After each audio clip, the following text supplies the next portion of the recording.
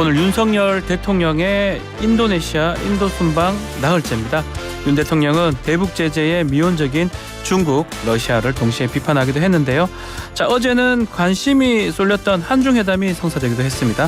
관련해서 국립외교원 민정원 교수 전화 연결되어서 전화 연결돼 있습니다. 교수님 나와 계십니까? 예, 안녕하세요. 자, 방금 나온 이슈 질문 좀 드려보겠습니다. 자, 북한 노동당 기간지 노동신문이 이 수중에서 핵공격 가능한 첫 전술핵 공격 잠수함 김군옥 영웅함 건조했다고 지금 밝힌 소식인데요. 이게 지금 북한 해군의 핵무장화에 신경 쓰는 모습인데 이거 어떻게 봐야 됩니까? 저도 방금 언론 보도를 봤는데요. 네. 그 부분에 대해서 좀 신중하게 접근해 봐야 된다. 즉, 전술핵 공격 잠수함이라고 이제 얘기를 하는데, 네. 과연 그것이 어느 정도의 어떤 핵 능력과 관련돼서 실제로 이제 운영할 수 있을 것인가 이 부분에 대해서는 우리 군이 굉장히 신중한 모습을 보이고 있기 때문에 좀 네. 지켜봐야 될 것 같고요. 어쨌든 북한이 어떤 전술핵을 실전 배치해서 운영하려 하는 부분에 있어서는 굉장히 집중을 하고 있는 모습이고 그러한 성과물로서 이런 게 나왔다고 한다면 네. 이 부분은 우리도 굉장히 좀 주의 있게 봐야 될 부분인데 말씀드린 것처럼 과연 이러한 부분이 얼마만큼 신뢰할 수 있는 정보인가 이 부분에 대해서는 우리가 냉철하게 좀 분석을 해봐야 된다 이렇게 생각을 하고 있습니다. 전술 핵 공격 잠수함이죠. 근데 핵 추진 잠수함 도입이 계획돼 있다 이런 얘기도 했었거든요. 재작년 1월인가요? 핵 잠수함 개발도 공식 발표했는데 이게 지금 마무리 단계일 수도 있는 건가요? 그러면?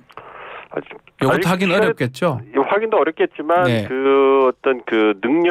핵 능력을 발전시키는 데 있어서 네. 북한이 독재적으로 제재 상황에서 뭔가 그 능력을 획기적으로 발전시키기는 쉽지가 않은 상황이에요. 아하. 그래서 북한이 그 부분에 대해서 어떤 의지를 표명을 했지만 예. 자체 기술이라든지 어떤 부품 조달 이런 부분에서 한계가 분명하기 때문에 러시아라든지 중국의 도움이 필요한데 이 부분에 있어서 러시아도 굉장히 좀 신중한 모습을 보이고 있는 그렇게 좀 파악이 되고 있기 때문에 생각보다는 시간이 그렇게 발전이라든지 성과가 나오기까지는 좀 시간이 더 걸릴 거다 이렇게 생각하고 있습니다. 그 부분이거든요. 다음 주에 김정은 위원장 러시아를 방문하잖아요. 무기 거래 논의도 하고 또 거기에 공동 군사훈련까지 논의할 것이다 이런 관측도 나오는데 이게 현실화될 가능성도 있는 겁니까? 좀 지켜봐야 될 것 같아요. 일단 김정은 위원장하고 푸틴 대통령의 정상회담이 열릴 가능성은 어느 정도 신빙성 있는 것으로 보이고요. 둘이 만날 가능성은 높은데. 예. 그런데 거기에서 얼마만큼의 양국이 협력 방안, 군사협력 방안에 있어서 합의를 도출해낼 수 있을 것이냐. 네. 이 부분을 좀 지켜봐야 될 것 같아요. 어쨌든 6.25 전쟁 기념식에 북한의 기념식에 러시아의 국방장관이 왔었잖아요. 네. 그래서 어느 정도 많은 군사협력에 대해서 얘기가 됐을 것이고 이 부분을 토대로 해서 이제 정상들이 만나서 확인을 하는 그런 수순인 것 같은데 네. 과연 얼마만큼 북한이 러시아에 러시아가 필요한 탄약, 재래식 무기를 제공을 해주고 이에 대해서 무엇을 대가로 받을 수 있을 것이냐 이 부분에 대해서 아직까지도 북한과 러시아가 굉장히 치열하게 논의를 하고 있을 거라고 보고 있기 때문에 이거 좀 지켜봐야 될 것 같습니다.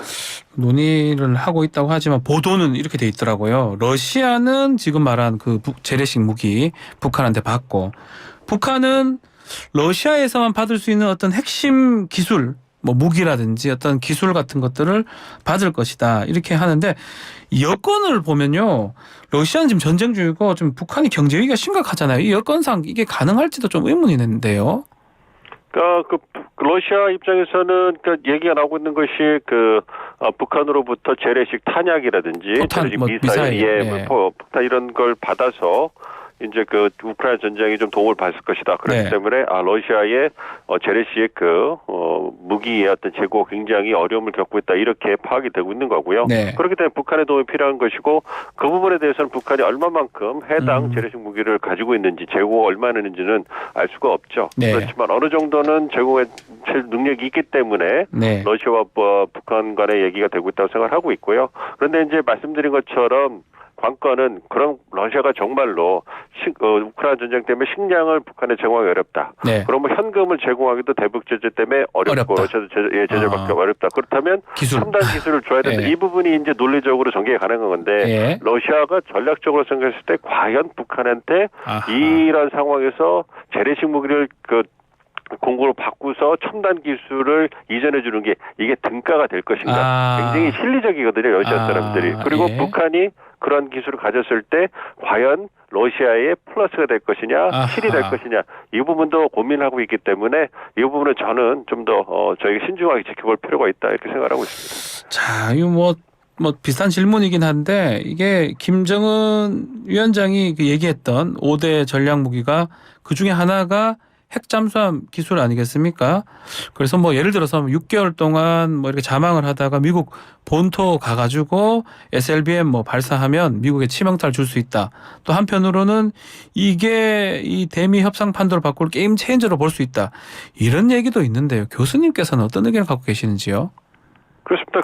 뭐 SLBM 능력이라는 것은 네. 우리가 이제 3대 핵 전략 무기로 봤을 때 뭐 네. 폭격기가 있을 거고요. 그다음에 네. SLBM이 있을 거고 이제 ICBM이 있단 말이에요. 네. 그래서 북한 입장에서는 ICBM과 SLBM을 능력을 갖추면 네. 미국의 본토를 타격할 수 있는 능력이 되기 때문에 ICBM은 대륙간 탄도미사일이고 SLBM은 잠수함 탄도미사일인 거죠? 그렇죠. 예. 말씀해 주신 것처럼 잠수함에 실어가지고 네. 이제 미국 본토 근해까지 조용히 자망을 가가지고, 해서 근해에서 발사를 한다는 거죠. 그리고 SLBM은 그냥 북한 본토에서 미국을 향해 쏘는 것이고요. 네. 그런 능력이 있다면 그러면 말씀하신 것처럼 미국도 이제 북한과 협상에 있어서 이제 게임 체인저가 돼서 나올 수밖에 없을 거다 이런 얘기가 되고 있는데요. 되고 있는데 말씀드린 것처럼 SLBM 능력을 과연 러시아가 북한에 제공해 줄 것이냐 이 부분은 좀 고려해봐야 되고 그러나 정말로 우려하는 건 원포인트 레슨 정도는 할 수 있지 않을까. 그건 뭐죠? 부분입니다. 약간 가르쳐주는 겁니까 그러면? 그렇죠. 이제 북한이 정말로 알고 싶어 하는데 어려움을 겪고 있는 부분에서 전반적인 기술을 제공해주지 않지만 러시아가 북한에 대해서 굉장히 중요한 뭔가 지금의 한계를 뛰어넘을 수 있는 정말 중요한 실마리를 제공해 준다면 이건 북한으로서도 굉장히 귀중한 그런 정보거든요. 그 정도까지 북한이 얻어낼 수 있는가 이거를 저는 좀 개인적으로 주의 깊게 좀 지켜보고 있습니다. 자, 또 하나의 나라 중국 지금 북러 정상회담이 뭐 있다고 하는데 중국의 움직임은 잘 보이지 않습니다. 중국의 침묵은 어떤 의미라고 봐야 됩니까? 중국이 지금 대내적으로 굉장히 복잡한 상황에 처해 있잖아요. 대내적으로 부동산 문제라든지 젊은 층들의 실업 문제라든지 그래서 시진핑 주석의 지지도가 흔들리고 있고 대외적으로는 미국과의 전략 경쟁이 계속 심화되고 있고요. 네. 일본하고도 후쿠시마 오염수 방출 관련돼서 갈등을 겪고 있고 인도와 또 국경 문제, 남중국에 관련해서 또 동남아 국가들하고 또 국경 분쟁을 또 겪고 있잖아요. 네. 이런 부분에 복잡한 상황에서 그럼에도 불구하고 중국은 G2로서 국제사회에서 어느 정도 위상을 유지하고 싶은데 이런 상황에서 북한을 전폭적으로 러시아처럼 전쟁은 아니지만 지지해 준다면 비난을 받을 소지가 많잖아요. 네. 그러니까 중국은 대놓고서 이제 북한을 지지할 수 없기 때문에 조용히 경제적인 측면에서만 국제적 파장이 가장 작은 경제적 측면에서만 북한을 도와주려고 하고 있는 거고 이거에 대해서 북한이 불만이 큰 거라고 생각을 하고 있어요. 그렇기 때문에 러시아와 굉장히 가까워지는 모습을 보여주면서 중국으로 하여금 잘 봐라. 우리가 이렇게 러시아 가까워지는데 중국 너희들도 우리를 보다 더 적극적으로 도와줘야 되지 않겠냐. 이렇게 압박하는 측면도 있거든요. 그렇기 때문에 이게 미묘한 그러한 이해관계가 북중러 사이에도 북중러 세 나라 사이에 있다는 거네요. 이렇게 말씀드릴 수 있겠습니다. 자, 어제 한중회담 성사가 됐습니다. 윤석열 대통령. 북한 문제가 한중 관계에 걸림돌이 되지 않도록 해달라 이런 얘기를 했는데 중국 입장에서 이거 어떻게 이해를 했을까요? 그러니까 한국하고 중국의 이제 입장차가 있는 의제가 그 부분인 거죠. 우리 정부 입장에서는 중국이 보다 적극적으로 대북 제재에 동참을 해줘가지고 북한이 이제 대화의 장으로 나올 수 있도록 중국이 적극력을 해줘야 된다. 뭐 이런 것을 요구를 하는 것이고 네. 중국 입장에서는 한미일이 그 협력이 강화되는 상황에서 북중러 협력을 강화하고 즉 그 북한이나 파키스탄, 이란 같이 자기를 도와줄 수 국제사회에 도와줄 수 있는 친구를 계속 끌어모아야 되잖아요. 네. 그렇기 때문에 중국 입장에서는 북한의 어떤 핵 개발에 대해서 원칙적으로 이제 그 갖고 있는 입장을 반복하면서 이제 어느 정도 공간을 열어놓는 거죠. 그렇기 때문에 이 부분에서 기존에 갖고 있었던 한국과 중국의 입장이 다시 반복되는 그러한 결과가 나왔다 이렇게 보고 있습니다. 좀 전에도 말씀 주셨지만 중국 입장에서 지금 경제 상황도 별로 좋지 않기 때문에 돌파구 마련하기 위해서 미국, 일본하고도 이렇게 계속적으로 나쁜 관계를 유지할 수는 없는 거 아니겠습니까?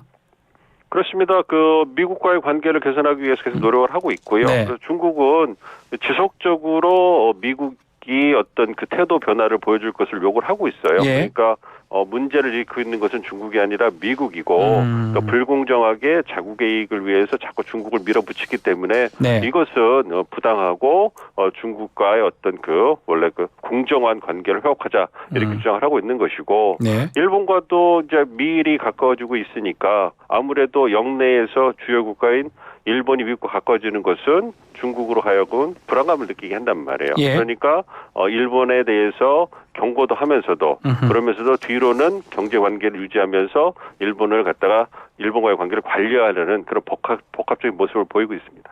우리 경제를 고려하면 우리도 중국이 좀 필요한 측면이 있는 거 아닙니까?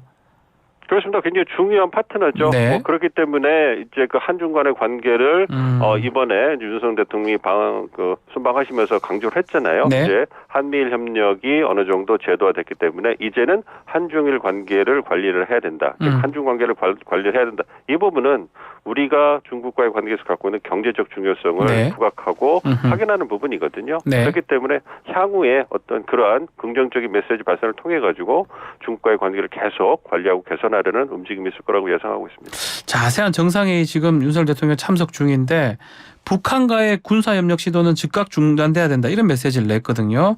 이거는 기존에 좀 강경한 좀 기조를 유지해 나가는 거다 이렇게 해석하는 게 맞을까요? 그렇습니다. 기본적으로 북한과 러시아의 군사 협력은 네. 이제 그 국제사회의 어떤 그 결의안이라든지 룰을 위반하는 것이기 때문에 그 부분에 대해서는 우리 정부 입장에서는 굉장히 그 원칙적으로 강경하게 대응하는 것이 맞는 것이고요. 네. 그 북한과 러시아가 군사 협력을 하면 자동적으로 필연적으로 그 한반도의 안보 상황이 굉장히 엄중해지지 않겠습니까? 그러면 북한과 러시아의 군사 협력 그리고 북중러 군사 협력이 정말로 가셔야 된다면 한미일 협력이 더 강화될 수밖에 없을 것이고 네. 그러면 한반도 상황이 엄중해지기 때문에 이러한 악순환을 막기 위해서 우리가 원칙적으로 강경하게 대응하는 것은 그거는 분명한 것이라고 생각을 하고 있고요. 예. 그런 측면에서 국제사회에도 큰 울림을 준다 생각하고 있습니다. 자, 또 이제 보도가 지금 뭐 하나 있는데 그 북한 정권 수립 75주년 지금 계기로 류거중 국무원 부총리 이끄는 중국 대표단이 또 북한을 찾는다고 하고요. 러시아 대표단도 방문을 하면 여기서 평양에서 북중러가 이렇게 다시 모인다. 이렇게 봐야 되는 거네요. 그렇습니다. 그러니까 북중러 협력이 강화되는 거죠. 예. 그러니까 북한으로서는 중국과 러시아라는 뒷배를 가지고서 어떤 경제적 어려움, 군사적 어려움을 갖다가 돌파하려고 하고 있고요. 이러한 부분에 대해서 미중 경쟁, 우크라이나 전쟁을 수행하고 있는 중국과 러시아가 그러한 북한의 움직임에 호응을 해주는 것이고요. 그렇기 네. 때문에 북중러의 협력은 향후에도 계속 지속적으로 강화될 것이다 이렇게 예상을 하고 있습니다. 류건중 부총리가 경제통이니까 아마 중국은 좀 경제, 북한과 경제, 또 러시아는 또 군사 이렇게 예상할 수 있는 겁니까? 그렇습니다. 아까 말씀드린 것처럼 아무래도 중국은 그 경제 분야 이외의 군사라든지 안보 분야에서 북한을 도와주는 거에 대해서 네. 신중한 모습을 보이고 있기 때문에 예. 중국 입장에서는 북한과 협력을 계속 강화하는 모습을 보여줘야 하기 때문에 경제 부분에 이제 그 집중을 하고 있는 것이고요. 러시아 입장에서는 군사 부분에서의 그 북한과의 협력이 굉장히 좀 필수적이고 좀 절박하잖아요. 그러니까 그 부분에서 계속 이제 그 관계를 강화하고 협력을 중대해 나갈 것이기 때문에 그러한 부분에서 이제 북한이 중국과의 관계, 러시아의 관계에서 노리고 있는 노림수가 무엇인지 파악을 할 수가 있을 거라고 생각하고 있습니다. 결과적으로 우리 한미일 이제 북중러 이렇게 하면서 동북아 정세가 뭐 이른바 신냉전 구도가 좀 더 확고해진다. 이렇게 봐야 되는 겁니까? 앞으로? 아무래도 뭐 신냉전까지 갈 거죠. 이거에 대해서는 이제 학자들 사이에서 어떤 논쟁이 있기 때문에 예. 정확히 말씀드리면 그렇지만요. 어쨌든 한미일 북중러가 어떤 진영이라고 할까요? 어떤 그 두 그룹 간의 어떤 갈등이 그리고 대립 그 대결 국면 지속되는 것은 한동안 불가피하지 않을까 이렇게 예상을 하고 있습니다. 예. 자, 이 질문 한번 드려보겠습니다. 지금 공식 성상에서 대통령이 이제 한중일이 아닌 한일중 이렇게 표현을 하고 뭐 언론 보도도 대부분 한일중으로 표현을 하거든요. 용어를 이렇게 변경한 건 어떤 의미로 봐야 됩니까? 글쎄요, 뭐 그런 예. 부분에 대해서는 좀 뭐 아무래도 이제 그 정부의 예. 우리 한국 정부의 정책 기조를 반영하는 거 아닌가 이렇게 생각을 하고 있어요. 어쨌든 윤석열 정부가 선거 때부터 공약으로 내걸고 그리고 네. 출범 이후에 그 강조하는 대외 정책 기조가 한미 동맹을 재건하고 네. 한미일 협력을 강화해 나가겠다. 그리고 이걸 바탕으로 해서 글로벌 중추 국가로 도약하는 계기를 만들겠다. 이렇게 얘기를 하고 있기 때문에 그런 부분을 그 반영을 해서 네. 중일이 아니라 한일중, 한일중 예. 예, 이렇게 표현을 한 거라고 생각을 하는데요. 그럼에도 불구하고 또 한미일 협력을 강화하는 동시에 한중 관계, 그리고 한중일 관계를 강화해 나가는 것도 굉장히 무게를 싣고 있기 때문에 네. 어떤 그런 부분을 고려하시면 적절할 거라고 생각하고 있습니다. 알겠습니다. 자, 오늘 말씀 여기까지 듣겠습니다. 감사합니다. 예, 감사합니다. 민정훈 국립외교원 교수와 함께했습니다.